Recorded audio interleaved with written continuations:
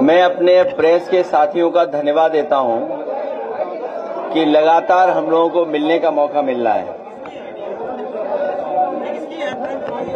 लगातार हम लोग जब जब संगठन की बैठक कर रहे हैं उसके बाद हमें और आपको मिलने का मौका मिलता है।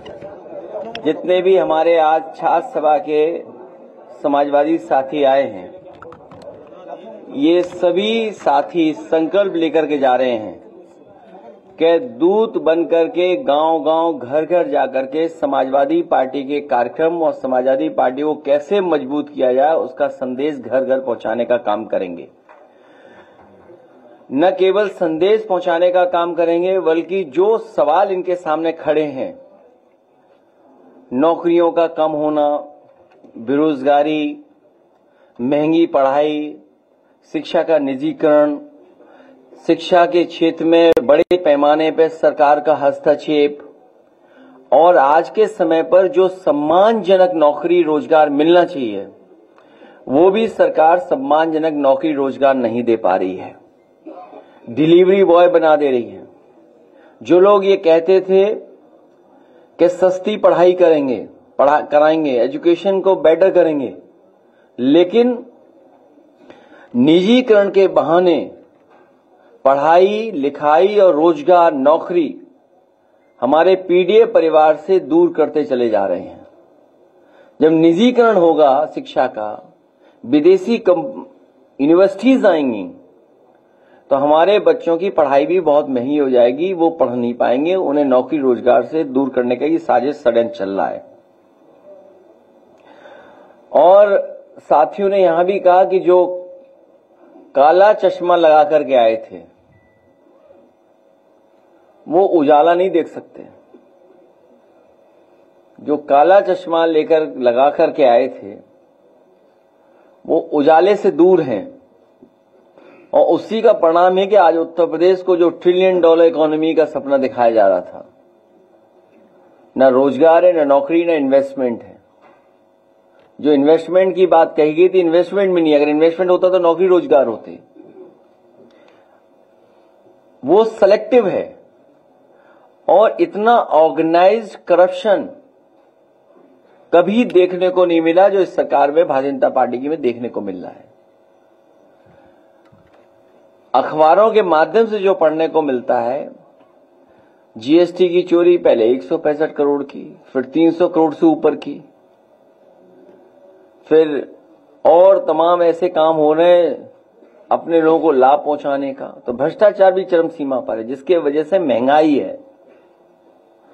हमें उम्मीद है कि यही कार्यकर्ता सब मिलकर के गांव जाएंगे, संगठन बनाएंगे, बूथ स्तर पर काम करेंगे और समाजवादी पार्टी को आने वाले समय में आगे बढ़ा करके सरकार बनाने का काम करेंगे। जो हर पार्टी ने पहले फैसला लिया कि आतंकवाद के खिलाफ और आतंकवाद जड़ से खत्म हो, उसकी ब्रांचेस टूट जाएंगी तो फिर जड़ से आ जाएगा। इससे जड़ से समाप्त हो, हम लोग पूरी सरकार के साथ हैं, आतंकवाद खत्म हो।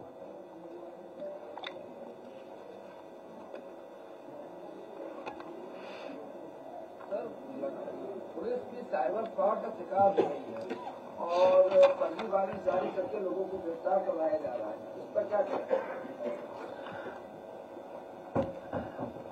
ये अनुपयोगी सरकार बनकर के आई है, अनुपयोगी।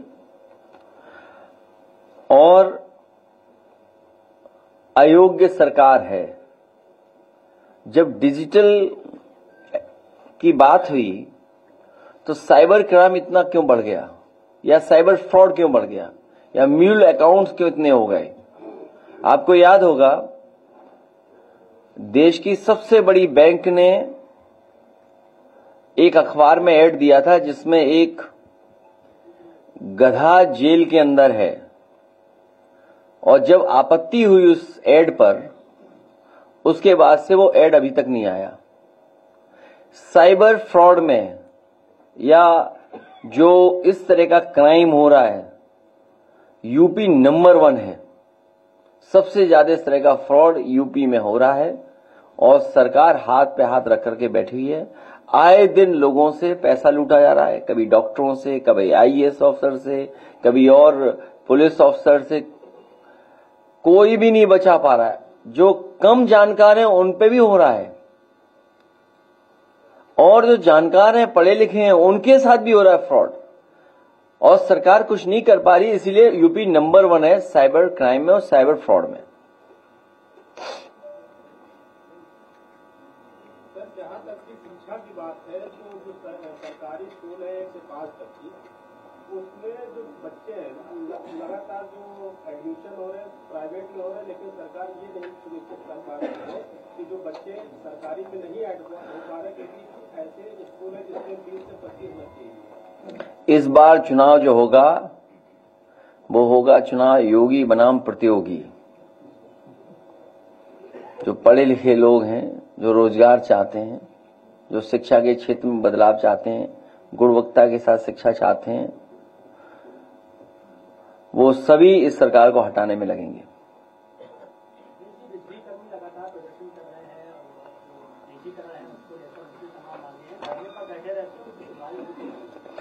धिक्कार ऐसी सरकार पर जो सुनवाई न कर रही हो और निजीकरण में जा रहा हो।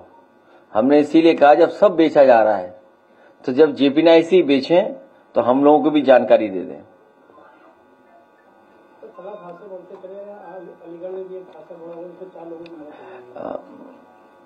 प्रतिदिन बड़ी संख्या में लोगों की जान जाती है। प्रतिदिन यूपी नंबर 1 है रोड एक्सीडेंट्स में। साउथ इंडियन जो स्टेट्स हैं उनमें से कुछ है, डेटा आता है जो डेटा कह रहा है। जो सुरक्षा को लेकर के और जो इंतजाम सरकार को करना चाहिए वो नहीं कर रही, जिसकी वजह से ये घटनाएं हो रही हैं। सरकार कई कारण बता सकती है, लेकिन सरकार की जिम्मेदारी बड़ी है कि इस तरह के रोड एक्सीडेंट्स न हो जिससे जान लोगों की न जाए। अखिलेश जी, पूर्वांचल की सबसे बड़ी और सस्ती मार्केट है वाराणसी की दाल मंडी। वहाँ 10,000 दुकानें हैं, करोड़ों का डेली का व्यापार है, लेकिन श्रद्धालुओं की परेशानी का हवाला देकर के 10,000 दुकानें खोली जा रही हैं। हमारा डेलीगेशन मिला था उनसे, लीडर ओपोजिशन मिले थे। जो विकास विनाश की ओर ले जाए हम उसके पक्ष में नहीं है, उजाड़ दे हम उसके पक्ष में नहीं है। कुछ लोगों के हाथ में ही विनाशकारी रेखा है, उनसे सावधान रहें।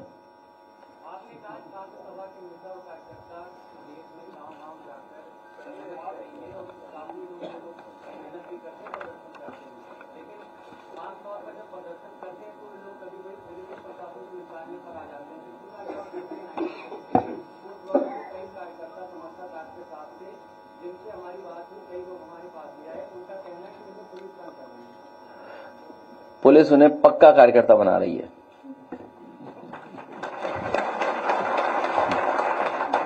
वो जीवन भर समाजवादी रहेंगे। अब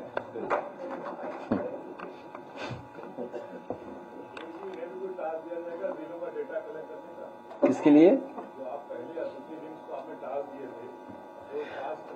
वो हम लोग बैठ के तय कर लेंगे।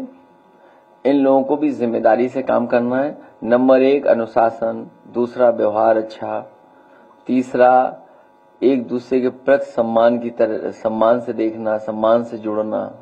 तो ये काम लगातार करते रहेंगे लोग। पीडीए की ताकत को और मजबूत करेंगे।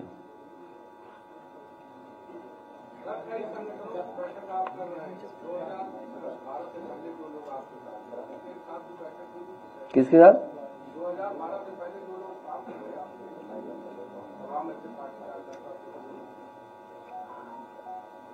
नहीं, मेरी जानकारी में नहीं है। जो जानकारी आप पर है वो मेरे पास वो जानकारी नहीं है। जो जानकारी आप पर है वो जानकारी अभी आई नहीं है हमारे पास। लेकिन सुनने में आ रहा है कि कुछ मंत्री लोग सरकार के खिलाफ बहुत बुरा भला कहेंगे चुनाव आने के पास। उसी को मैनेज करने में लगी हुई बीजेपी। पाकिस्तान और हिंदुस्तान के बीच जो बात चल रहा है, जैसे जो हमले किए गए हैं, उसमें बीजेपी ने एक पोस्टर लगाया है, पुराना एक तस्वीर है, उसमें ये कहा गया था कि मोदी को बता देना। दूसरी तरफ एक महिला को खड़ा किया गया था, एक पुलिस बोल रहा है वो तस्वीर को लेकर मोदी को बता दिया। तो क्या कहेंगे आप? लगता है कि इस समय इस तरह पोस्टर लगाया जाना चाहिए? बीजेपी ने पोस्ट किया है। नहीं, मेरी जानकारी में नहीं आया है। लेकिन इंडियन डेमोक्रेसी में और डेमोक्रेसी में जब ऑल पार्टी मीटिंग हो उसमें ये बातें हम लोग सुझाव के तौर पे रख देंगे कि इतनी बड़ी जो महत्वपूर्ण योजना बना रही है भारत सरकार, कोई भी पॉलिटिकल लाभ किसी दल को नहीं लेना चाहिए और किसी इवेंट को पॉलिटिकल इवेंट नहीं बनने देना चाहिए, क्योंकि आतंकवाद खत्म हो, हमारी सीमाएं सुरक्षित हों और हमारी फौज का मनोबल बढ़े। सबसे बहादुर फौज है हमारी और दुनिया में इतनी कठिन परिस्थितियों में बहुत कम देश की फौजें होंगी जो काम करती होंगी। कहां सियाचिन जहां -डिग्री का टेम्परेचर और कहां -50 में काम करते हैं जो लोग।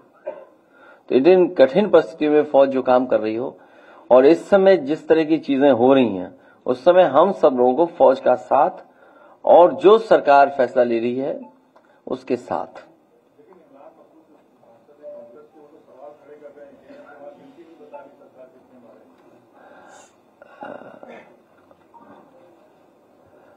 मैं फिर कहता हूं,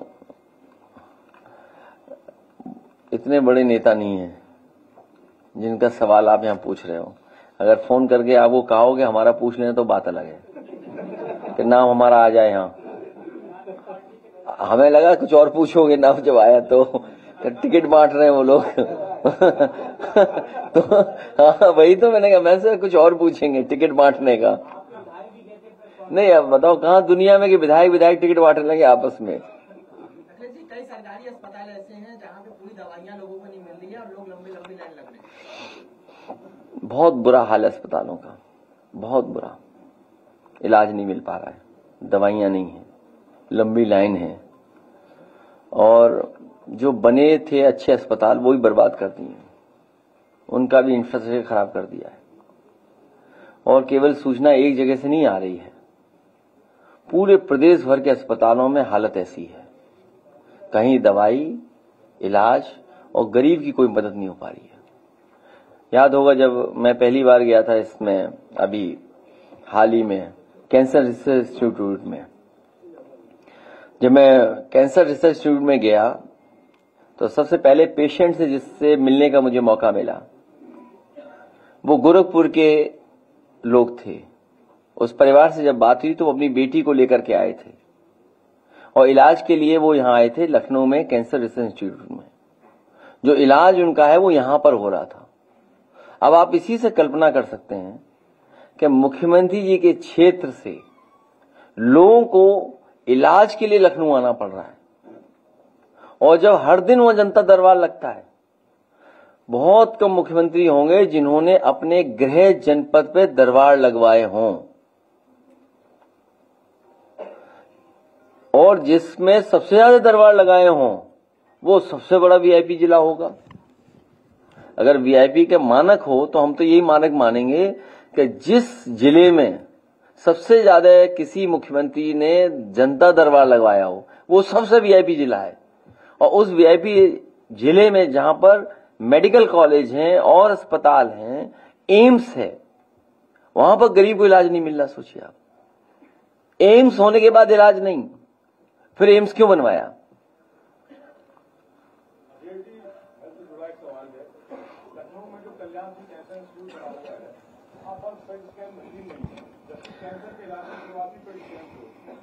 वो समाजवादियों का बनाया हुआ कैंसर इंस्टीट्यूट है, भारतीय जनता पार्टी ने केवल नाम बदल दिया है।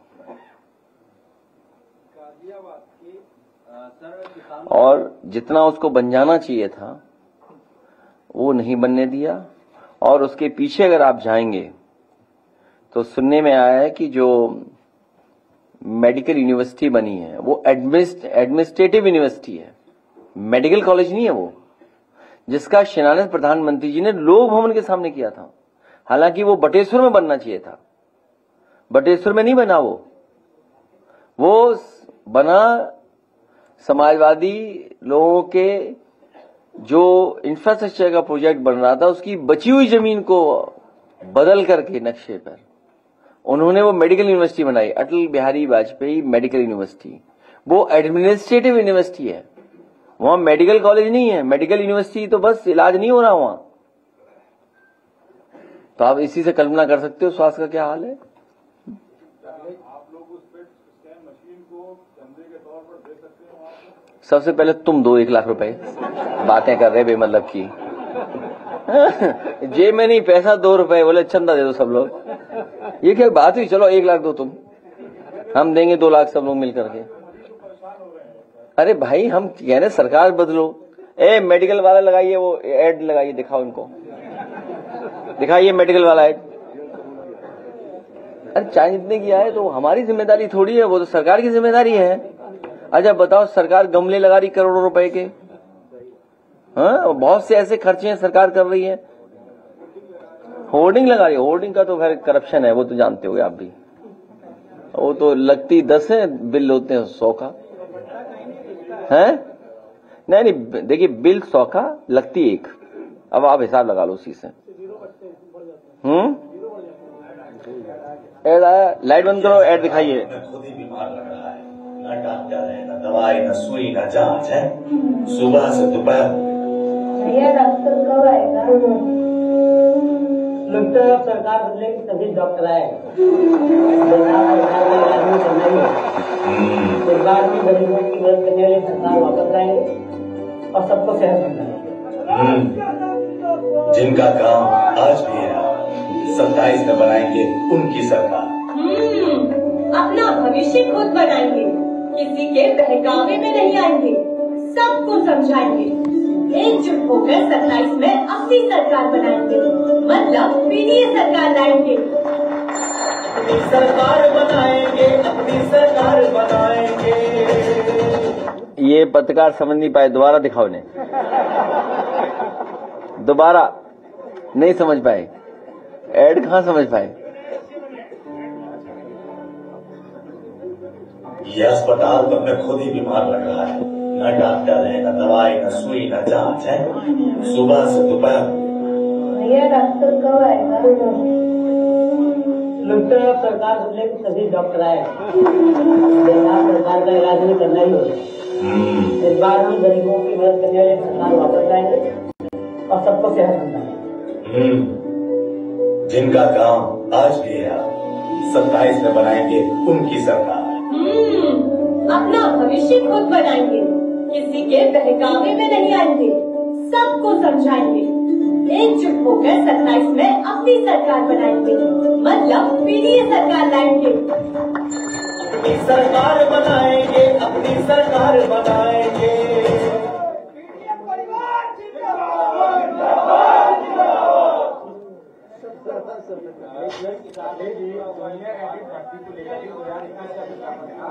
तमाम जो अभ्यर्थी हैं वो झारखंड शिक्षा निदेशालय पे 4 दिन से बैठे हुए हैं। आपके माननीय विधायक जी ने सदन में भी सवाल उठाया था, लेकिन वो आज भी आरक्षण को लेकर के आधिकारिक तालम तोड़ कर रहे हैं और वो लगातार धरने बैठे। नौकरी और आरक्षण बीजेपी के एजेंडे में नहीं है। नौकरी और आरक्षण बीजेपी के एजेंडे में नहीं है।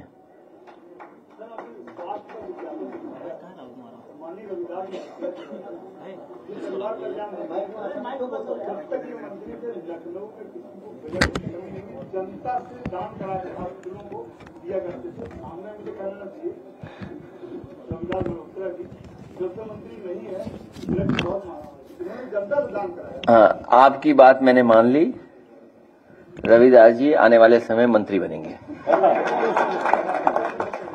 भाई बात मान ली आपकी, अभी तो बना ही नहीं सकते, अभी तो हटाना है हमें। रविदास जी ठीक है, कहाँ हो, सुन लिया, ठीक है।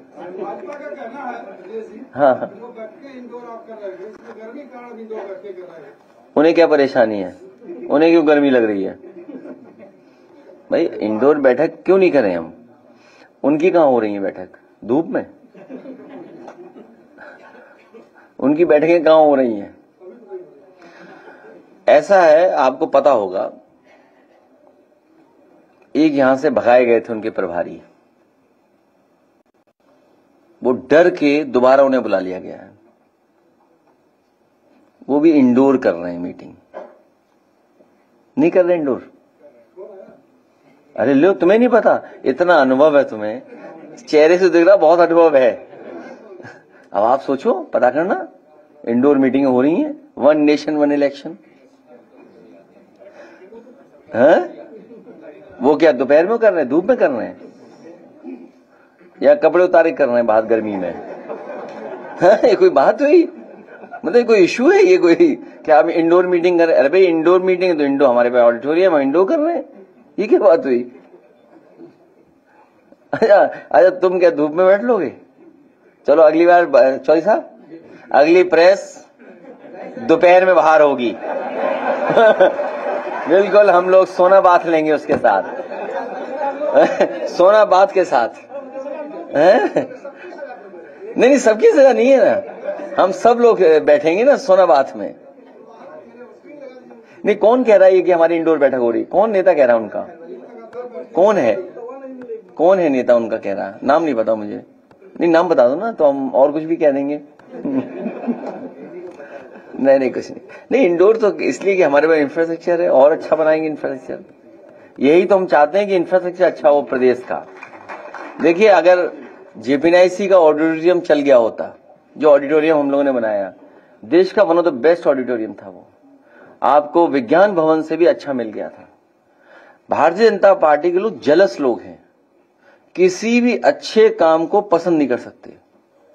रिवर फ्रंट देश का एग्जेम्पलरी काम है ये गोमती रिवर फ्रंट, और आपका बंद कर दिया, नहीं बनने दे रहे हैं। मैं उस दिन अखबार में पढ़ रहा था साबरमती का कि 50 किलोमीटर का और वहां कर रहे हैं, अपना बना रहे 50 किलोमीटर और हमारे अनुपयोगी मुख्यमंत्री इसको बंद कर दे रहे हैं।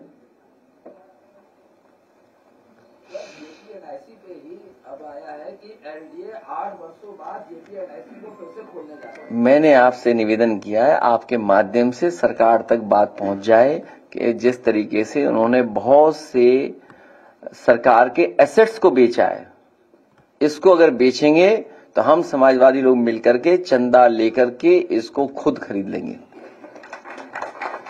हम लोगों ने, क्योंकि इसके साथ हमारा आइडियोलॉजिकल जो इमोशनल अटैचमेंट है वो बड़ा है। जिसको नेताजी ने शुरू किया हो, शिलान्यास किया हो, और उस समय बहुत से देश के बड़े लीडर्स आए थे, और आज भी लोहिया पार्क वही है, उसी का हिस्सा कट करके जेपीआईसी बना है। लोहिया पार्क में आप खुद मुझसे बेहतर जानते होंगे, कोई आईएएस ऐसा नहीं जो वहां न टहलता हो। जो हम लोगों पे अन्याय करता है आईएएस, वो भी वहीं घूमता है। वहां के पेड़ पौधे देख रहे हैं कि कौन है ऐसा। और आज भी सबसे अच्छी क्वालिटी का प्लांटेशन आपको लोहिया पार्क में मिलेगा या जनरल पार्क में मिलेगा। एएमयू की जमीन पर नगर निगम ने अपना बोर्ड लगा दिया है, और वहां की जो जमीन का विवाद है वो आपके करता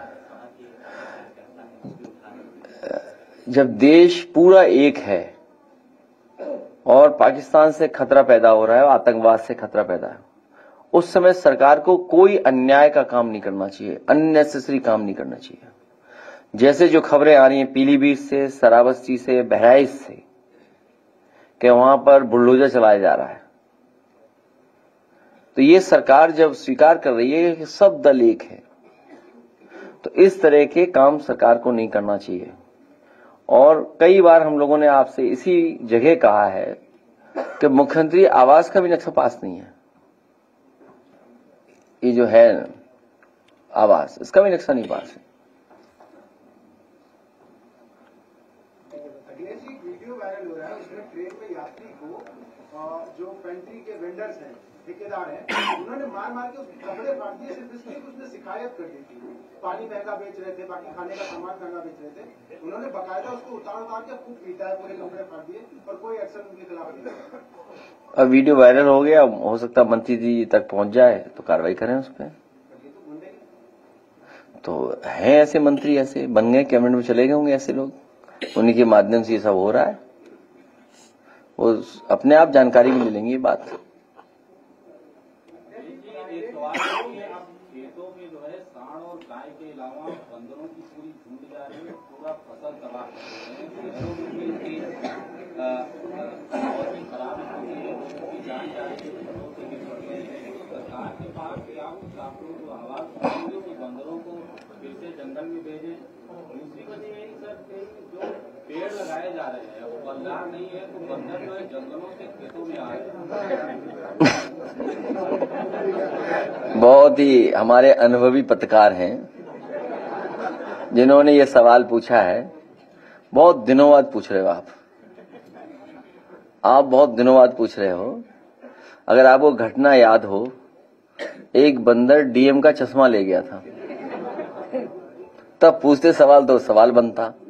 अब इतने वर्षों बाद आए हो, बताओ डीएम साहब का चश्मा ले गया बंदर। जल जीवन मिशन के द्वारा गाँव की सड़कों को खोद के डाल दिया, लेकिन अभी तक उसकी न मरम्मत। ये लोकसभा में भी कई बार उठ चुका सवाल। अखिलेश जी, असदुद्दीन ओवैसी ने सर्वदलीय बैठक के बाद बयान दिया, उसमें उन्होंने कहा कि वो सशस्त्र बलों और सरकार की सराहना करते हैं ऑपरेशन सिंदूर पर।